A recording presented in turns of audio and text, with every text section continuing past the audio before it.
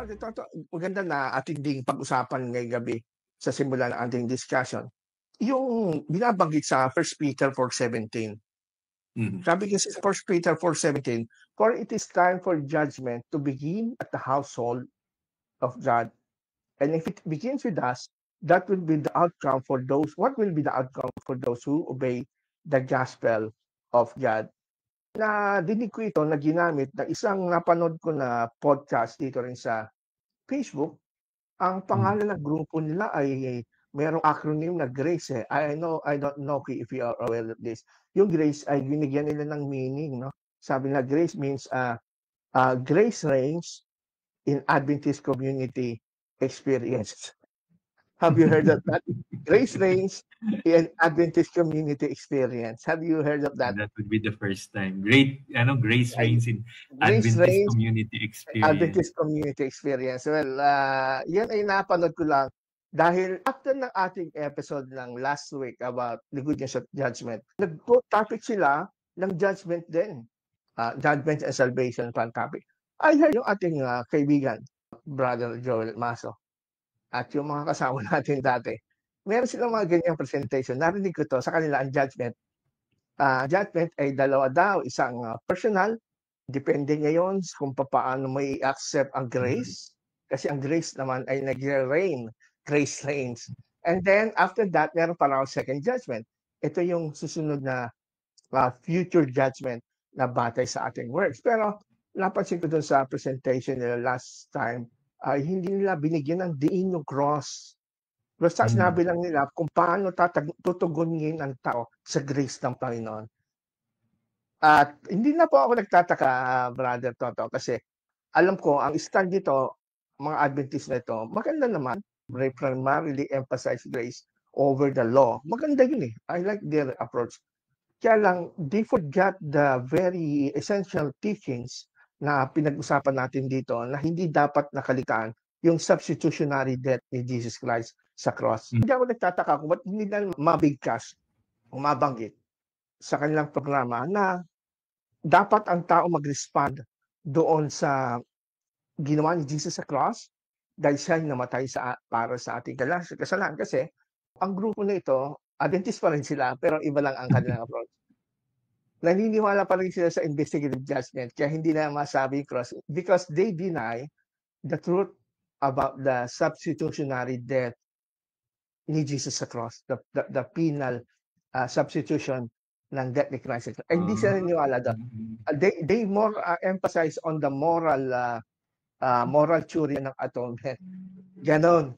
Kaya hindi na masabi-sabi sa mga tao na nakikinig sa kanila kasi ang ganda eh.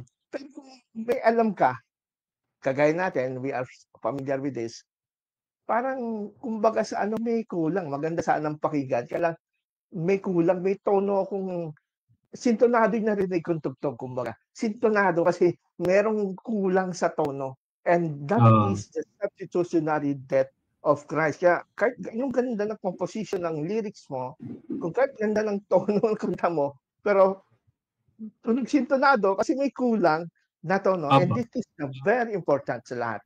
Natatandaan ko na sabi nga, 99.9% correct is still wrong. Oo. So kahit na 99.9% na yung sinasabi nila, naka-align, ganito, grace, love, etc. Pero 0.01%, so ano pa rin siya, hindi wrong pa rin. Kaya nga yung sinasabi ng tinuturo nila about grace, it sounds like it is the grace of God. Pero umiikot lang sila, tapos hindi nila sinasabi na ang sa kalagitnaan nun is the obedience to the law. And babagsak na naman yun sa Sabbath keeping, di ba? At saka doon sa 28 fundamental beliefs, lalo na yung investigative judgment na is yung sa Christ ministry in heavenly sanctuary. So, hindi pa rin nila mapapaliwanag yun. Kahit na anong grace pa rin ang kanilang sounding ang turo, hindi pa rin nila mapapaliwanag yun na may connect na merong investigation na nangyayari ngayon. Oo. Kaya nga maganda sa pakinig, pero sintonado kumbaga sa awit. Dahil may kulang na ingredients sa kanilang pangalan. Ang ganda nga ng pangalan eh. Grace reigns Adventist community experience. Pero sayang, kasi na-miss nila yung napakahalaga ingredients ng salvation. At ito nga si Engineer Ellery, siya po ang nakikipag-communicate ng direct doon sa leader nila doon sa Bible study, sa pastor nila. At minsan nga, ito si Engineer Ellery, ay sinabi ko, ito tanong mo sa kanya, naniniwala ka ba na ano ba ang basis ng justification sa inyo? Nakadepende ba yan sa inyong performance under the sanctification? Ang assurance ng inyong justification? Sabi niya, yun nga, lumalabas na ang justification nila by faith, hindi naka-base sa righteousness ni Jesus, kundi sa righteousness pa rin ng tao. Kung gaano siya katapat mag-keep ng commandment. Hindi ko naman ina-atake yung grupo nila. Pero para sa akin, Brother Toto, kailangan natin i-address kasi parang sinasabi nila, kami po ang alternative. Kami po ang alternative edition ng belief ng Seventh-day Adventist. Kasi ang mga Adventist, ina-atake nila yung mga Adventist, lalo yung mga layman na ini-emphasize yung law. Hindi tayo sa law. Yung mga banat eh. So, ina-atake din sila ng mga Adventist sa mga alam natin, mga defenders, mga conservative. Ang point natin, para sa akin, hindi po siya ang alternative. Hindi po yung Grace Reigns Adventist Community Experience ang alternative kasi sa madaling salita, Brother Toto, binabago niya yung mukha ng totoong Adventist doctrine. Binabago niya ang mukha eh. At hindi po malulutas niyan, mga kaibigan, yung magbabalat kayo na kunyari kayo guys. Hindi po mabubura niya katotohanan ng Adventist po ay nasimula sa kulto at pagtatapos po sa kulto dahil ito grupo ito na GRACE. They still believe that Ellen White is a messenger of God eh. So kung naniniwala tayo sa messenger of God, yun ang kunin natin na official doctrine, doon ka lang kinikilalang messenger at hindi interpretation nitong nasa GRICE. Kasi sa kanila, pinapapogi lang nila. Kung parang hinihilot nila, nire-remedyo nila para magumandang tignan ang mukha ng Adventist sa harap ng mga evangelicals na kagaya natin. Pero para sa akin, it is a form of deception. I'm sorry. Brother Joel Maso, no? Sinasabi na natin. Kasi wala naman, hindi tayo galit sa kanya. Kundi maganda yung kanilang emphasis sa grace. Kaya lang, hindi po magandang alternative yan. Alternative sa Bible ay yung sinasabi nga ni Engineer Ellery na naka-quote din sa verse Corinthians, sa 2 Corinthians chapter 5:21, na He made Him who knew no sin to be sin on our behalf, so that might become the righteousness of God in Him. Alam ko mahirap tanggapin sa grupo ng grace kasi pag tinanggap nila ang substitutionary theory, they have to accept also the implication of Christ's active and passive obedience. Kasi pag tinanggap nila ang substitutionary death of Christ, dapat din nilang tanggapin, hindi nila maiwasang tanggapin na yung pagsunod ni Jesus Christ sa law habang siya nabubuhay, sa kanyang buhay bilang perfect niya ito, ay i-credit sa atin. Pati hindi i-credit sa atin yun eh, yung kanyang active obedience. Yan ang hindi matatanggap ng grupong ito. Bakit kanyo? Kasi parang lumalabas na hindi na importante ang Sabat. Hindi na importante yung pagkain ng karumal-dumal. Kasi they have still to perform this law. Yan po, lalabas pa rin ganun, Brother Toto eh. Mga law papers pa rin itong mga to, nakabase pa rin sa law. Itong gospel, Grace Range Adventist Community Experience. Maganda lang kayong yung pangalan nyo, pero still, kami po na magaling dyan at mas nakakaunawa, ay nahuhuli po namin na hindi pa rin ho gospel talaga. Kundi well, the distortion of the gospel. You are fallen from grace pa rin ang masasabi ko. Brother Toto, go ahead. Para sa akin po ay parang itong grupong ito ay hindi matanggap na mali ang turo ng Seventh-day Adventism. And doon sa 28 fundamental beliefs ay andun pa rin sila. Pero kinukubli na nila kasi marami na ring mga members at saka lalo na doon sa mga kabataan na nakakarinig through the YouTube, through mga preachings doon sa iba-ibang mga denominations, mga born agains, mga evangelicals, na nako-compare na nila yung turo at sinasabi nila, bakit ganun sila? Pagka pinakinggan mo, ay ang dali nilang paliwanag yung the grace of God, yung cross, yung resurrection, yung salvation. And in 2 minutes, biro mo, there was this pastor, in 2 minutes na-explain niya yung sabi niya, yung si Corina Sanchez yata yung nag-interview napakinggan ko yun. Ang ganda lang ng sulaan niya. About gays, about homosexual. In 2 minutes, na-explain niya. Kasi ang question yata doon yung tungkol nga sa pupunta pa sa langit yung aking anak na LGBTQ. Sabi niya, hindi ko masasabi kung pupunta siya sa langit. Kasi hindi ko siya mahuhusgahan. Pero masasabi ko kung paano pumunta sa langit. So, in-explain niya yung gospel, di ba? And Jesus is the way, the truth, and the life, and no one can come to the Father except through me. So, sinabi na ni Jesus kung paano pumunta sa langit, through Him. So, in a nutshell, sabi nga, sige nga, mga kaibigang mga Adventist, explain nyo nga yung gospel in 2 minutes bago mamatay yung tao na na maintindihan niya kung ano ang kaligtasan na nanggagaling kay Kristo lamang. Ay nako, I tell you, hindi naman sa pag-iinsulto, pero yun nga, may maraming kaibigan nating mga Seventh-day Adventists na may hirapan sila.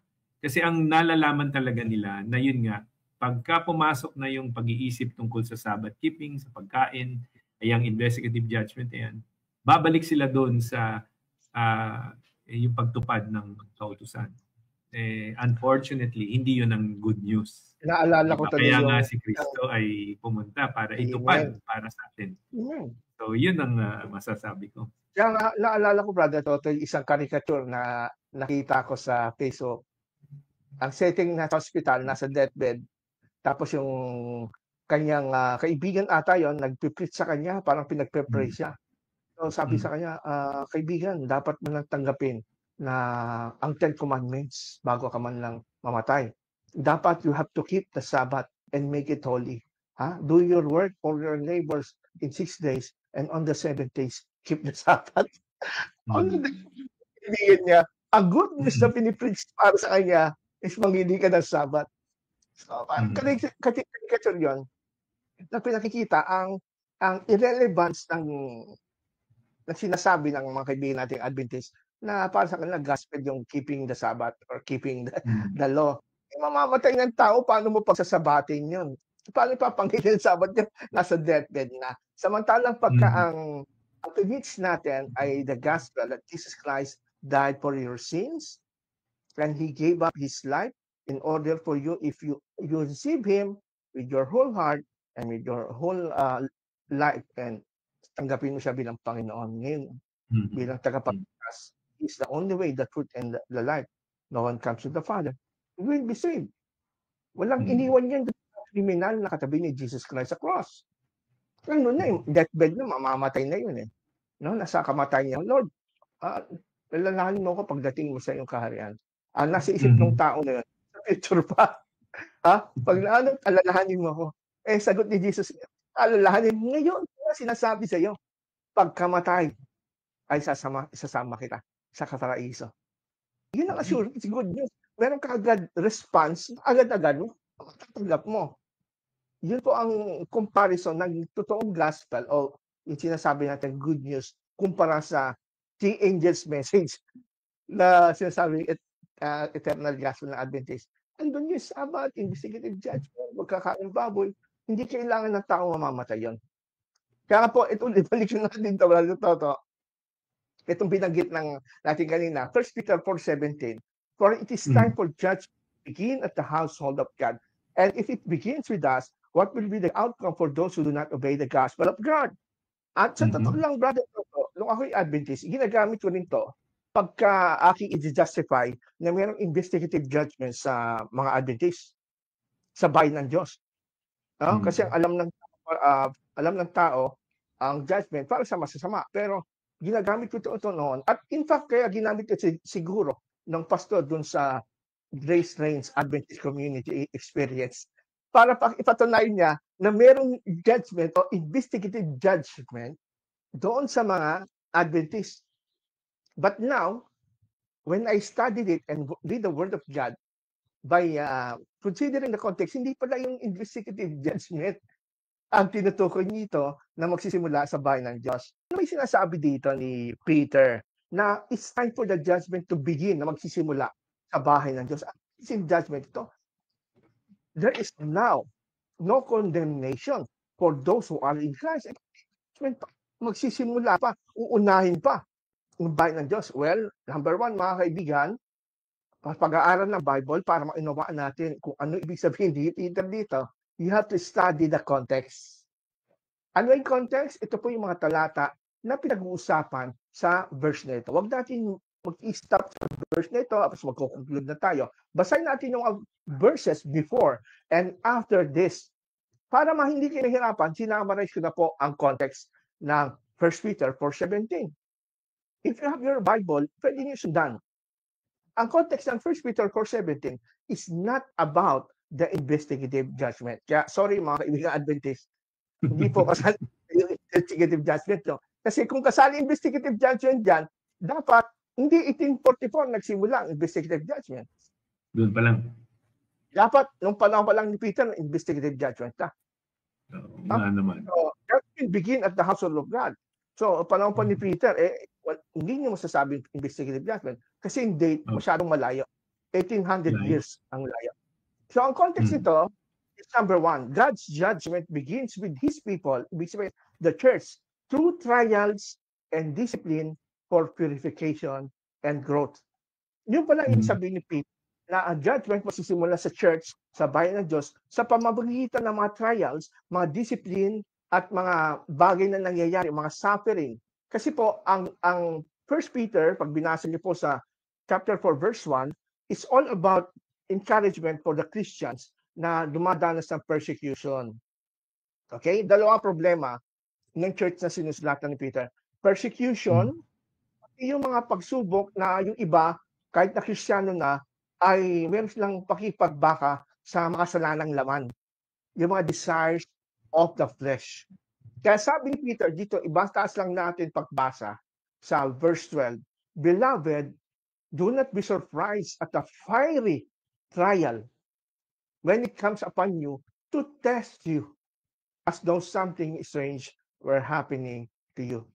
So, sa context pa lang, makikita na natin kung ano po yung sense ng judgment na sinasabi ng ni Peter na ma-experience ng mga bayan ng Diyos sa church. It is about trials. Kasi ginagamit po minsan, inaalaw ni Lord na mangyari ang trials individually at sa church as a corporate para i-test niya kung gaano ho katindi, gaano kalakas ang faith mo to face the trial. Kasi ginagamit ni Lord na itong trials na pinahayaan niya mangyari sa atin para makita niya kung hanggang saan tayo magiging tapat sa Kanya. At magiging witness ito para sa mga unbelievers na nag-observe din sa labas. Pinag-uusik ka pero hindi ka nagtatampo, hindi ka nagwawala, hindi ka mahanap ng gulo, kundi you are still at peace. Kasi alam mo, kasama mong Diyos.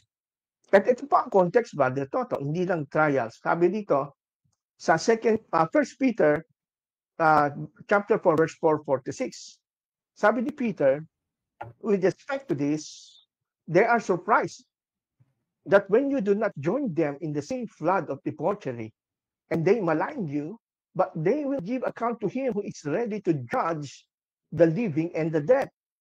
For this is why the gospel was preached even to those who are dead, that though judged in the flesh, the way people are, they might live in the spirit the way God does.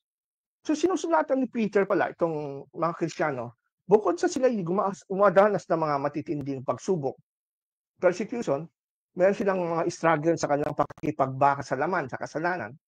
Kaya doon, kailangan nyo umuyas pa rin sa tukso na dala-dalaan ng mga nakakasama nyo, mga tagalabas na hindi Kristiyano.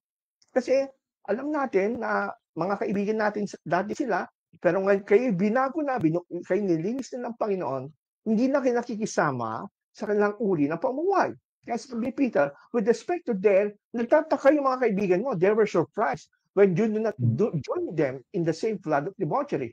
At namalay, iniinsulto, di ba? That is part of their test. Nawawalan sila kaibigan dahil layuan sila.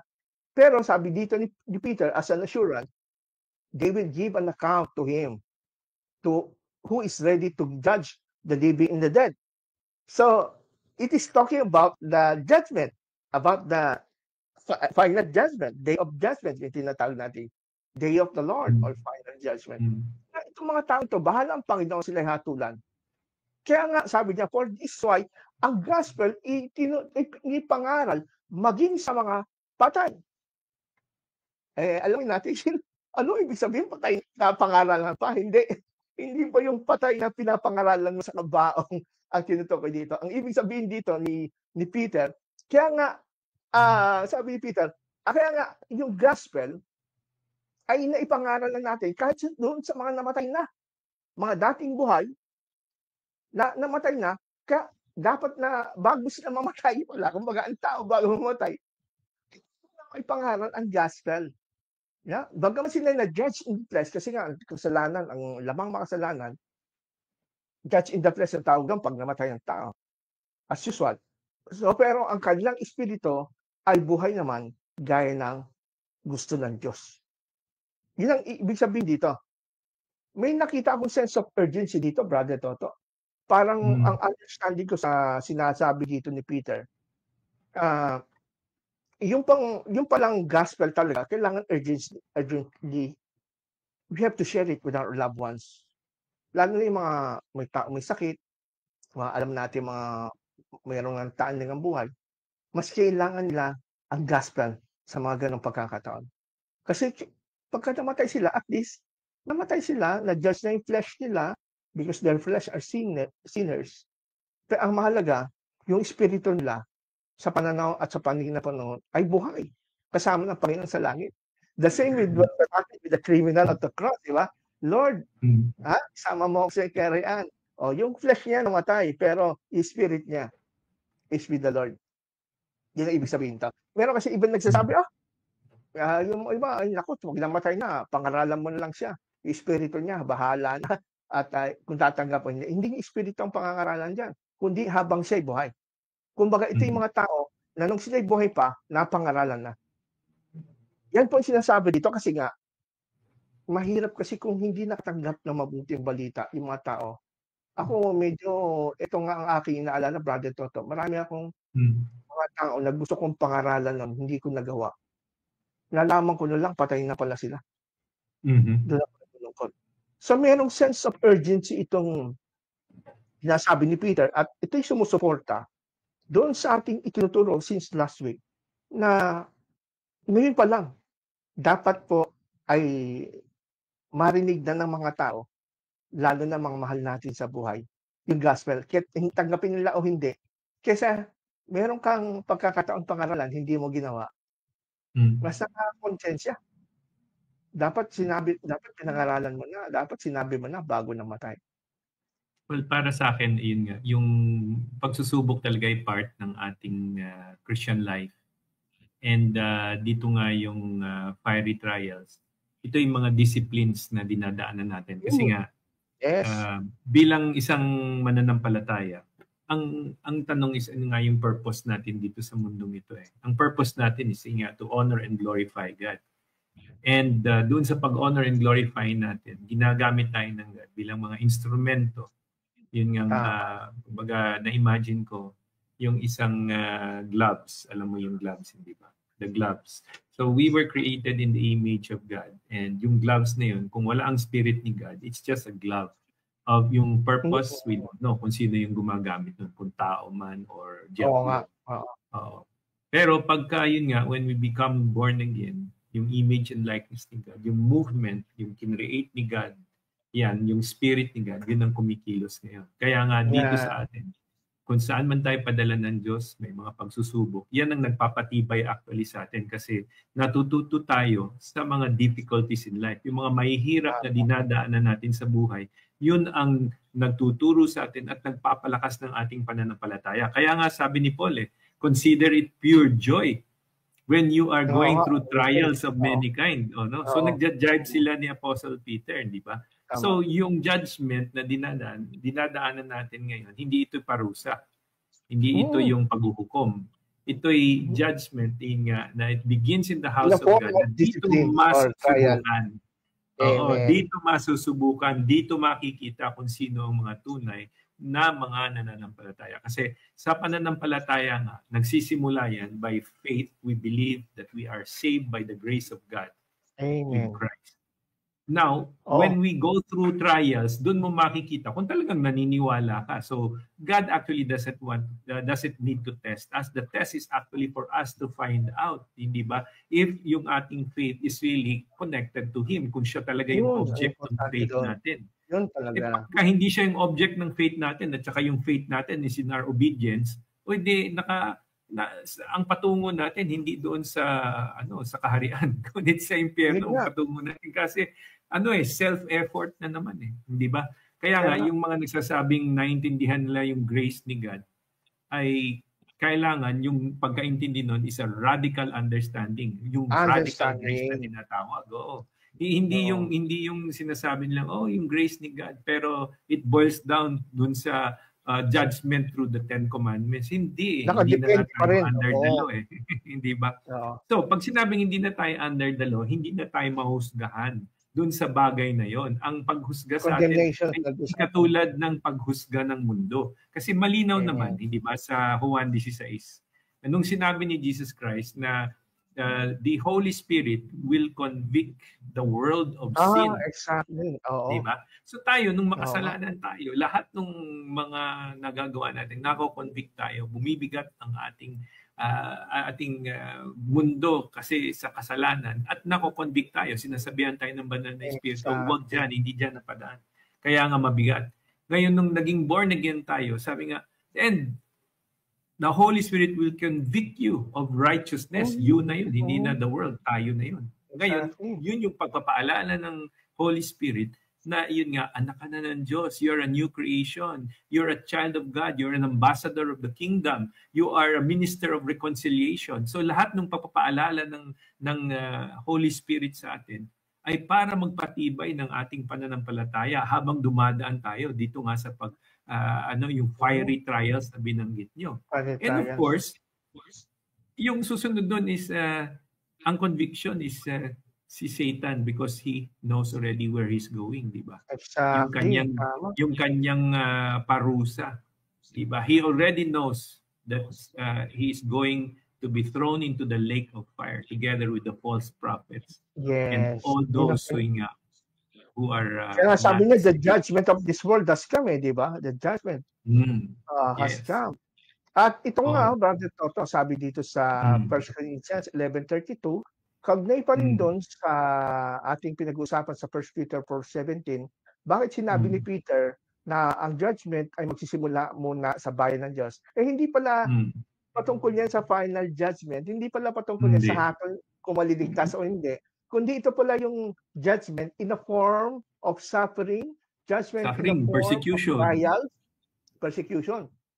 Kaya sabi ni Peter dito, ni Paul dito sa 1 Corinthians 11:32, but when we are judged by the Lord, we are disciplined so that we may not be condemned along with the world. Yun pala.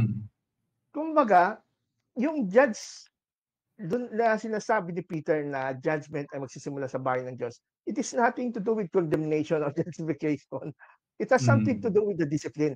Kasi pag ang subject ng pinag-uusapan is the church, which is holy, sa Panginoon.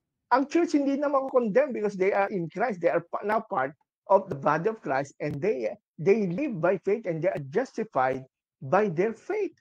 So there is now no condemnation for these people. Judgment, sabi ni Peter, it's the judgment in a form of discipline. Discipline, Bukod sa trials, bukod sa mga struggle ng fleshly desires, kasalanan na laman, ginagamit din ng Panginoon ang disiplina. Di ba sabi sa Hebrews, Dinidisiplina ng Diyos yung kanyang mga tunay na anak. At ang totoong discipline nito ginagawa ng Panginoon doon sa mga hindi pa matured na mga Christians, yung mga carnal pa rin, na namumuhay pa rin sa laman. They receive the discipline from the church. At ito'y galing sa Panginoon. Kaya may mga church discipline, di ba? At itong discipline na ito, it is redemptive in nature. Redemptive in nature. Hindi siya condemnation. Kaya ka dinidisiplina para ma-realize mo na ikaw ay nagkasala na. Kailangan mo nang stop na yung pagkakasala dahil makakasira sa iyo sa relasyon mo sa Panginoon. May comment po ako dun sa part of discipline. Kasi nga, nung hindi ko pa naiintindihan yung pagiging Kristiyano, akala ko yung discipline ay dinidisiplina ka dahil makasalanan or mayroon kang kasalanan na gawa. Pero nung mas malalim na pag-aaral, yung discipline pala ay talagang part of our Christian life kasi ito yung pagsasanay natin o paglago. Kasi sabi nga, unang-una sa lahat, dalawa yung aking panggagalingan. Una, whenever we read the Word of God, it actually creates discipline in our lives. Kasi nga, ako, nung naintindihan ko na ang fruit of the Holy Spirit sa dulo, sabi nga, but the fruit of the Holy Spirit is love, joy, peace, patience, kindness, goodness, gentleness, faithfulness. Yung self-control pa na, self-discipline pala yun, na the Holy Spirit creates in us that kind of yung mindset. So pag sinasabing, do not conform any longer to the pattern of this world, ang pattern ng pag-iisip natin is in the form na binigay ng Diyos, yung self-discipline nga. Sa pananalita, sa pag-iisip, sa gawa. Kaya nga, transformative yung discipline na yan. And second, yung isa kong panggagalingan is welcome ko yung discipline na yan. Bakit? Kasi nga, God loves and He disciplines those whom He loves. Kasi imagine mo, pag dumating yung disiplina, ibig sabihin nun talagang katulad ng isang anak, mas sakit nga sa simula kasi nga inuhubog ka Nasanay ka sa laki sa layaw. And ngayon, nabalik ka sa tatay mo at sabi ng tatay mo, ayan anak, didisiplinahin kita. Gagawin kitang maglakad ng matuwid. Di syempre, kung galing ka sa kabaluktutan, di ang hirap maglakad ng matuwid. Kaya nga akin. Part siya ng household, of family. Pero yung mga batang kalye, nasa kalsada, yung mga nasa kalsadang bata, hindi mo didisiplinahin yan. Hindi mo na anak yun. Hayaan mo na sila. Yun. At ito, isang... Para maging matuwid, you have to discipline them. Ganon din ang ginagawa ni Lord sa atin. Correct. At saka, pero intentional ito. Intentional, an expression of love, yung discipline ni God. At the same time, it is parang sa atin, meron din tayong conscious effort tayo to enter into that discipline. Kasi nga, ang ganda nung sinabi ni Jesus Christ, sabi niya nga, I want to unburden you. So kaya cast your burdens upon me, those who are heavily laden, and I will give you rest. Yun yung kapahingahan na talagang hinahanap ng mundo na hindi nakukuha sa sariling gawa o sa pagtutupad ng yun yung ika-4 na utos. Ang rest na yun ay yung pag we enter into Jesus Christ, the yoke is the one that gives us rest kasi habang naglalakad tayo sa mundong ito, hindi mabigat kasi yung pamatong ay nakatabi kay Kristo at si Kristo yung nagdadala ng kabigatan at siya yung nagtuturo lang sa atin paano tayong lalakad dito sa mundong ito. Yun yung disiplina ng Panginoon. And it's a fruit. It's a fruit of the Holy Spirit. Yan. Yan yung nakikita ko diyan. Di ba? Oh, that is the fruit of the Spirit. Sa John chapter 16, di ba? Sabi si John 16:8, if I do not go away, the helper will not go to you. This is the Holy Spirit. But if I go to you, I will send him to you. And when he comes, he will convict the world concerning sin and righteousness and judgment. Ang magkukonviction po, hindi ho tayo. Hindi ho kami nagpe-preach. Hindi rin kung sino-sinong pastor. Kaya kami nagpe-preach na kami ni Brother Toto. Bahala na kung kayo ma-convict ng Holy Spirit. At aniniwala ko, Brother Toto, itong tinatawag nating grace ng Panginoon, yung kanyang prevenient grace, habang tayo nagpe-preach ngayon, kasi ang magiging effective lang po ang conviction kung napapakinggan ng tao yung message ng gospel. And that is what we are doing right now. Habang nakikinig ng gospel, naniniwala ko itong pangako ni Jesus Christ na Holy Spirit, na helper, na susugod niya hanggang ito'y gumagana ngayon at kasama natin sa ating ministry. At ano siya, iko-convict daw niya ang sanlibutan sa may kinalaman sa kasalanan. Kasi nga, sasabihin sa iyo, mga kaibigan, mapapansin nyo, doon sa aming mga Bible verse na binabasa, pagkabasa namin, maaring, oo nga, no, napapaganon ka, no? Ibig sabihin, you're being convicted. And then, saan pa? Sa righteousness. Ibig sabihin, pagka nalaman mo at tinanggap mo na ikaw'y makasalanan, hahanap ka ngayon ng paraan paano mag-get even at mawawala itong kasalanan. So hanapin mo yung righteousness, the standard ng Panginoon, which is none other than the Lord Jesus Christ. Kaya sabi nga dito sa verse 10, concerning righteousness, because I have to go to the Father, and you will see no longer. Ito po yung difference kasi kanina, convicts the world of sin, di ba? Ngayon, yung second part, concerning righteousness, kumbaga sa kabanalan, di ba, sa katuwiran, ay ako yung pupunta sa Ama and ito'y makikita, hindi nyo na ako makikita. Ngunit, pagkadating sa paghusga or judgment, because the ruler of this world is judged, si Satan yan. Pero yung kanina, yung concerning righteousness, and atin yan, itong concerning righteousness. Yes. Di ba? Tatlong levels . Una, nung nasa kamunduhan tayo. Pangalawa, nung tayo na kay Kristo. Ngayon, ang diablo, walang pag-asa kasi concerning judgment. Kasi fixed na to . The ruler of this world is past tense. Judge. Past tense. Nangyari na. So, ang ganda nga ng good news talaga ng judgment. Kasi ito yung judgment. Ang na-judge yung kasalanan. Dahil alam natin na si Satan talaga. Diyan papasok yung papel ni Satan, hindi sa bearing of the sin. Kasi nagsasabi na si Satan ay sin bearer. No, he will not be sin bearer. Kasi una, hindi ho siya malinis sa kasalanan. Siya nga po instigator ng sin. No? At gaya na sabi ni Brother Toto, ang sin bearer, dapat ito'y walang kasalanan, kagaya ni Jesus. Dapat wala. Walang kasalanan, pero dinala niya ang ating kasalanan sa cross. Ano po mga kaibigan? Di ba ganda? Napakalinaw. Malinaw po kasi napakahirap sisihin ang may kasalanan na kasi dapat aminin niya may kasalanan siya. Yung si Kristo, yun nga ang contrast ng paniniwala ng Adventism na ang sin bearer ay si Satan. Lihis doon sa tunay na turo ng Panginoon na sinasabing ang sin bearer ay si Jesus Christ. Kasi nga, bago ka magiging sin bearer, dapat ikay walang kasalanan. Si Satan, kagtas ng kasalanan na yan at saka hinahusgahan na nga Ngayon, sino pa ilalagyan ng kasalanan ng iba? Siya na nga yung hinusgahan na. Tayo ngayon, yung kasalanan natin, yung kaninang nabanggit ni Engineer Ellery, ang linaw sa 2 Corinthians 5:21, He made Him who knew no sin. So si Christ yung sin bearer to become sin on our behalf. So ipinatong sa kanya. Hindi ba ganun yung role nung sin bearer? Patungan mo ng kasalanan. Sisihin mo yung inosente. Yung walang kasalanan. Yung walang kasalanan ng sisihin mo, yung kanyang pagka walang kasalanan, bibigay sa iyo yan. Magkaroon kayo ng exchange gift. Mahirap yung exchange gift. Hindi, yun nga. Exchange po si Satan. Oo, pag in-exchange mo si Satan, dadami pa yung kasalanan mo. Kasi nga hindi pwedeng maging sin bearer ng may kasalanan. May kasalanan na nga siya Gagawin mong makasalanan ang walang kasalanan. Kaya nga siya nagdadala ng kasalanan ng sanlibutan.